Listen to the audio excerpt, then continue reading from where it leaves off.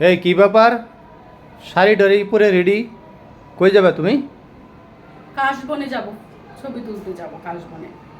জীবনে তো শাড়ি পরতে দেখি না। শাড়ি তো ডজন খানেক আল্লাহর রহমতে আছে, কিন্তু পরতে তো দেখি না জীবনেও। যে পরিমাণে গরম, শাড়ি কিভাবে পরবো? আমি গরম একবারেই সহ্য করতে পারি না, একবারেই গরম সহ্য করতে পারি না। আমার কাছে এত গরম শাড়ি পরলে এত পরিমাণে গরম লাগে, তাছাড়া যে পরিমাণে রোদ উঠে বাইরে। তো কাশবনে যাবে কোন জায়গায়? কাশবনের সন্ধান কই পাইলা? সন্ধান পাইছি, তোমার এই সন্ধান নিয়ে চিন্তা করা লাগবে না, আমি সন্ধান পাইছি। সন্ধান তো তুমি- আমিও এক জায়গায় পাইছি।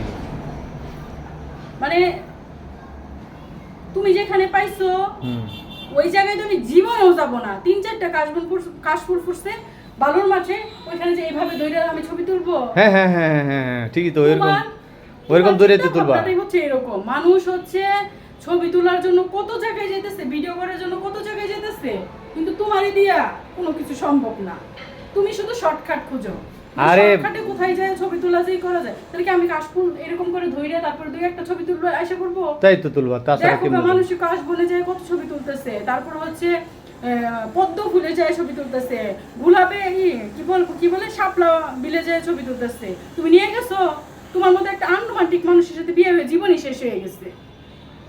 আচ্ছা যাই হোক, কোনো জায়গায় নিয়ে যাও। আরেকটা কাশবনের সন্ধান পাইছিলাম, ওইটা তোমার বলি। এই যে আমাদের চুপ, খবরদার বলবা না তুমি এই কথা। কেন খবরদার। কেন কেন আমি জানি কোন জায়গার কথা বলবা তুমি। কোন জায়গায় খবরদার বলবা না। বলি একটু, দেখো তুমি। না, এখন আমি যাওয়ার সময় কোথায় যাওয়ার সময় ঝগড়া করতে চাই না। আমি যেখানে নিয়ে যাবো তুমি ওইখানে যাবা।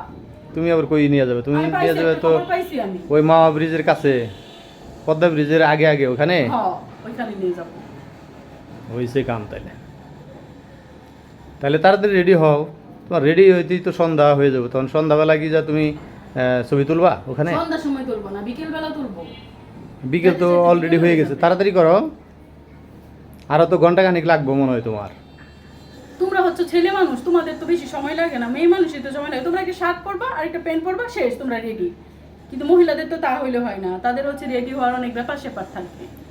তা ঠিক আছে, মহিলারা ওই যে অনুষ্ঠানে যাওয়ার জন্য বিউটি পার্লারে সাজতে যায়, কারণ বিউটি পার্লারে যাইবো ওইখানে যাওয়ার জন্য বাসার থেকে আবার সাজা আমি যায়। কোনোদিনও সাজি না, তুমি এই কথাটা আমার বইলে আর এই করতেছো। আমি জীবনেও সাজি না, কোনোদিনও সাজি না। আমি তো বড়জোর- শুধু তোমারে বললাম তা না, মহিলারা এরকমই করে, মানে হ্যাঁ, বিউটি এরকম পার্লারে যে করতেছে। যাবে, হ্যাঁ, তার জন্য আবার বাসার থেকে সাজা যায়। ঠিক আছে, তো তোমাদের হলো এই অবস্থা, তাড়াতাড়ি করো।